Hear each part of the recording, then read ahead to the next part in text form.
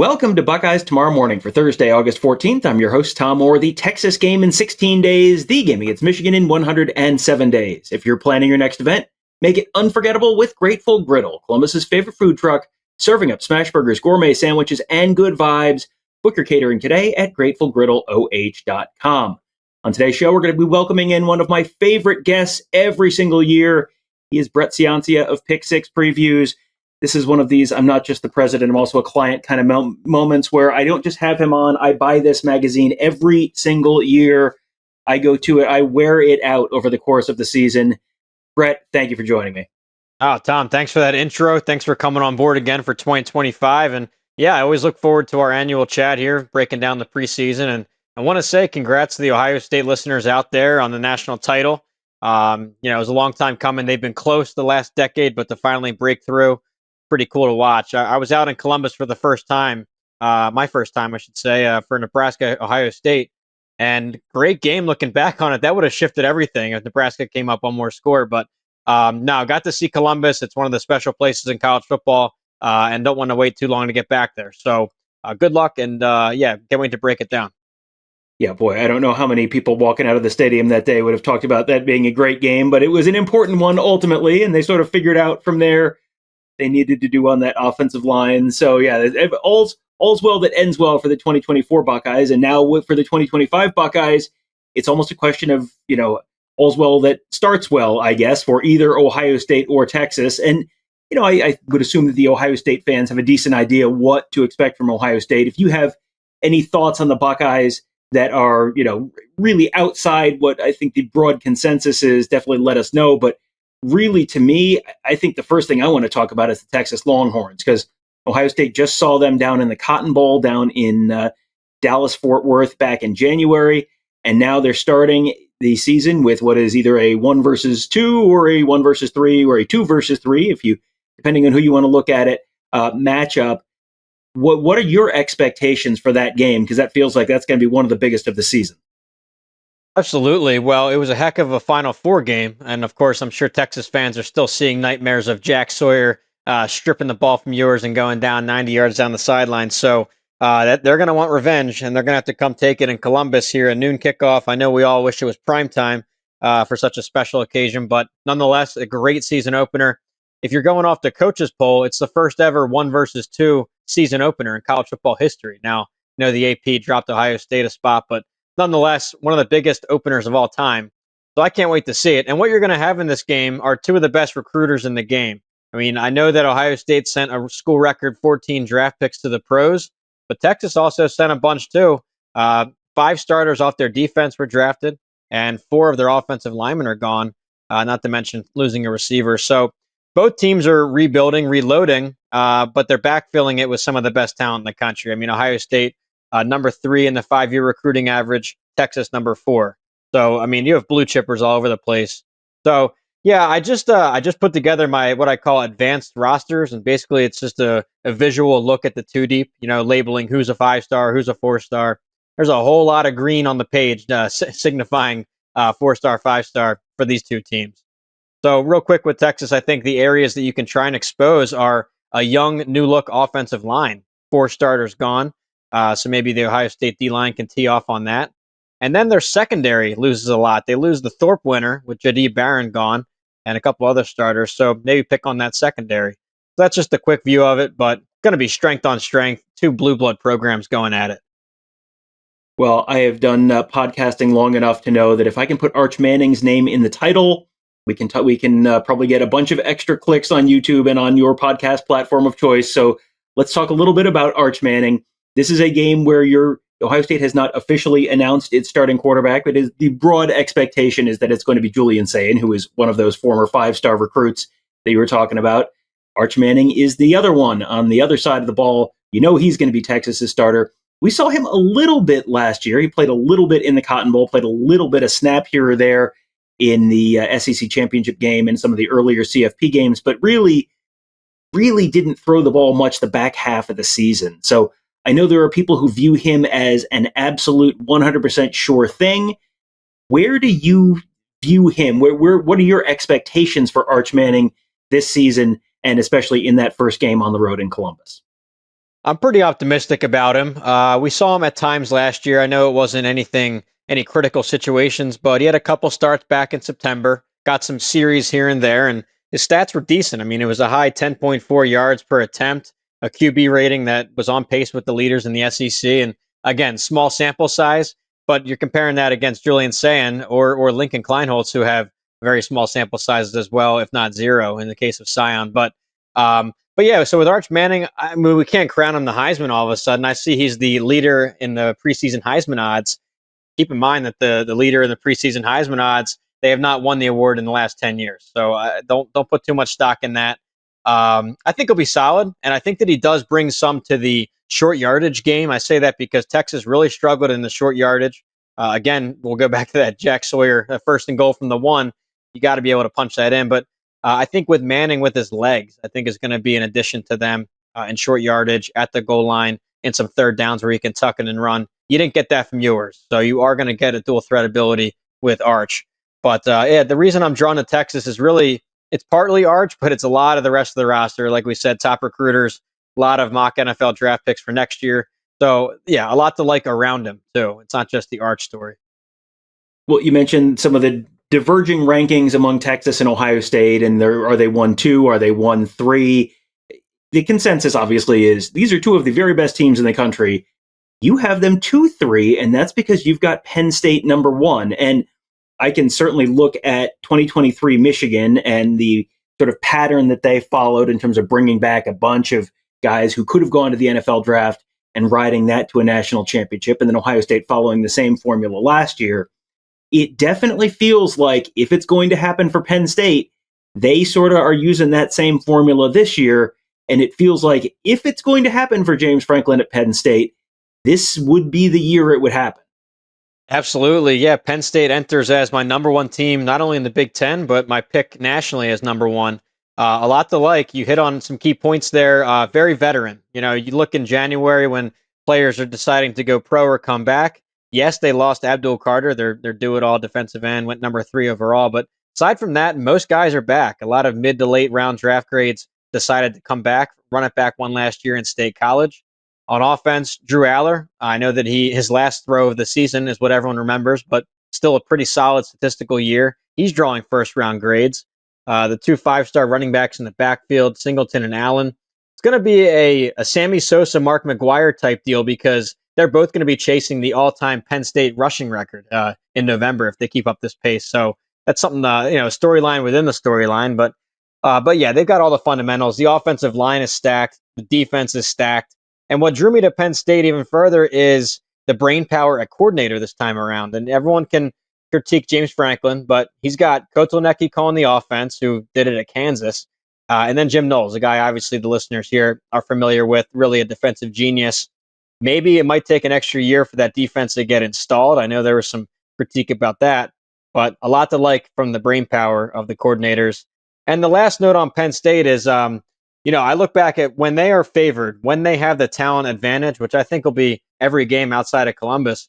They are number 1 in the country the last 3 years against the spread as the favorite, 74% covering, and then straight up as the favorite the last 3 years, 34-2. So Franklin, to his credit, when he is favored, when he has the talent, he does really well taking care of business. So I see at least 11-1 for them.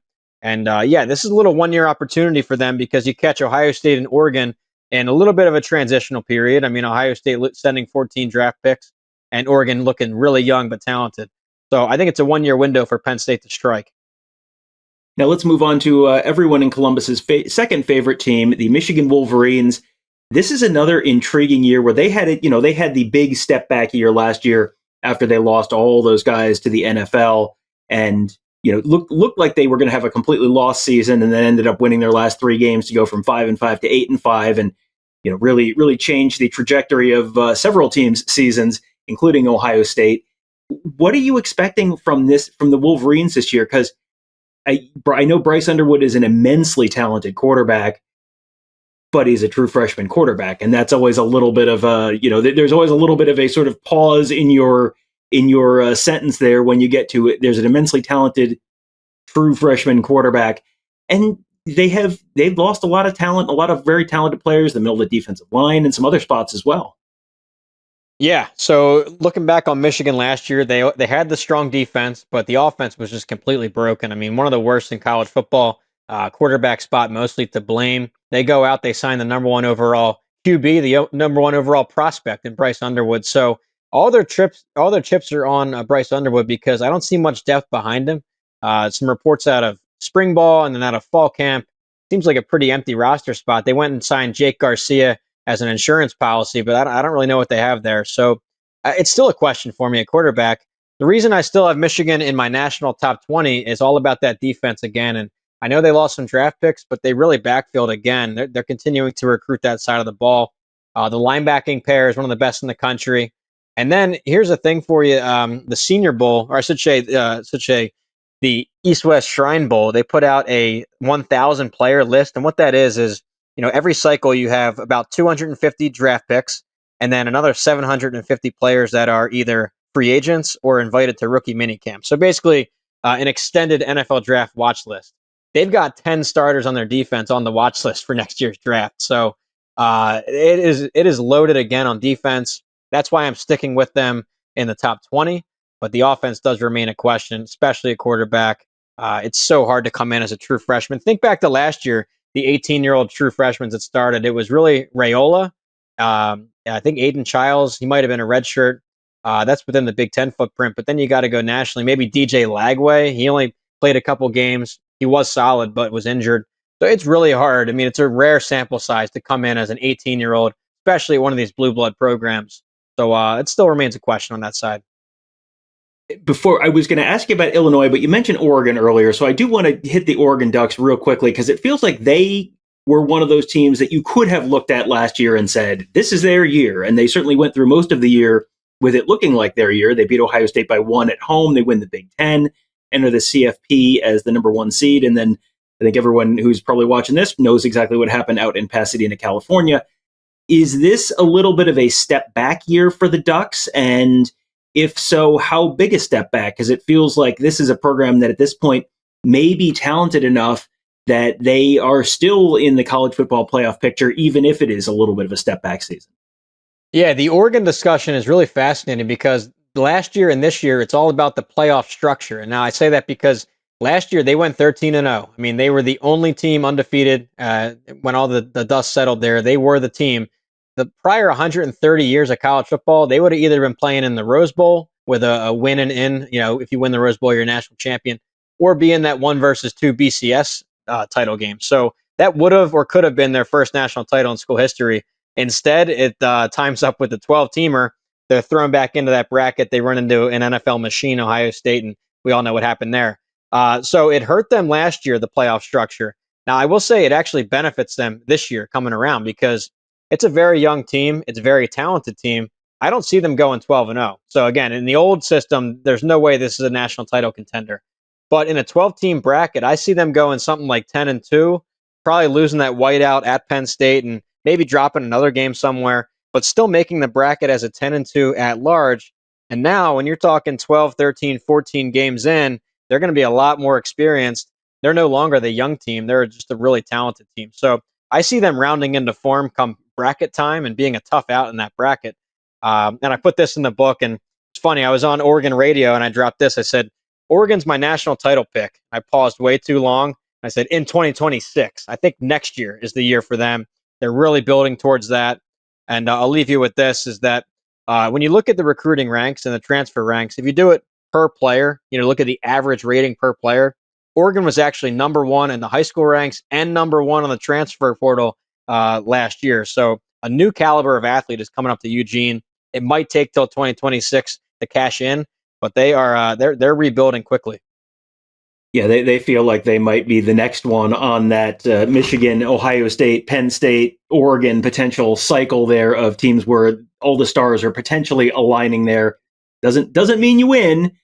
Lots of teams that thought they maybe had a chance last year that didn't end up winning. But yeah, it's certainly in that conversation. One team that feels like it's in the conversation for the CFP, at least in terms of getting in this year, maybe sort of the Indiana role from 2024, is Illinois. They're a team that won 10 games last year, including the bowl win over South Carolina. And I was thinking, okay, I wonder where Brett has them predicting the Big Ten, and I'm paging through, and it's no, not first, not second, not third, and you keep going. Boy, you have them 32nd in the nation among the Power Five teams, and well outside of the college football playoff picture. And I read the reasoning, and I thought, oh yeah, you know what? That makes a lot of sense. So why are you maybe not quite as ready to crown Brett Bielema a college football playoff participant as a lot of other folks are? Well, every year doing the preview magazine, I always upset a couple fan bases. And this year, I'm not making many friends in Champaign, Illinois, that's for sure.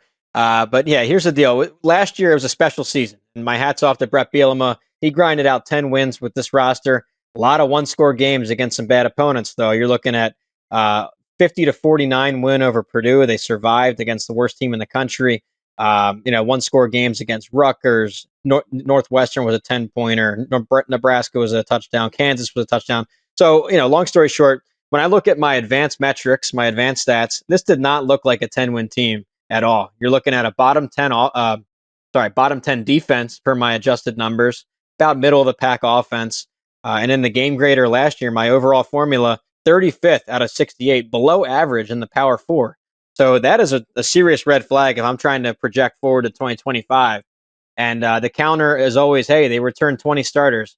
That's great, but I think that this roster with those same starters, I think they already peaked last year. I don't know how much more you could get out of them win-loss wise. So with a tougher schedule draw, I see them going something like 7-5, 8-4, and that would project them in the middle of the pack in the Big Ten. I've got them 9th in the Big Ten, and you mentioned 32nd nationally. So I see a big step back in the win-loss column, and it's going against the grain. The coaches poll have them 12th. I've got them 9th in the Big Ten. Yeah, those are always the really interesting ones where you're a little bit of an outlier on someone, and you're either going to look real smart or other people are going to look real smart later in the year. Yep. Is there another program or two that you're either much higher on than the national consensus or maybe much lower on, whether that's in the Big Ten or anywhere in the country? Yeah, well, this Big 12 is pretty fascinating. I mean, you saw at Media Days, their coaches did a poll, and they picked Kansas State versus Iowa State as their projected championship game in the Big 12. In the book here, I've got them outside my top 5 in the conference. I have Kansas State 6th, Iowa State 7th in that conference. That's how wide open it is. Team I'm pretty high on is Texas Tech. And, of course, they were one of the storylines of the offseason. They rallied up all their boosters, their alumni, all that oil money out in West Texas. They went and signed the number 1 transfer class in the country. And they signed 12 blue chippers this cycle. That's more than the rest of the Big 12 combined. So I think you have a serious talent infusion there in Lubbock.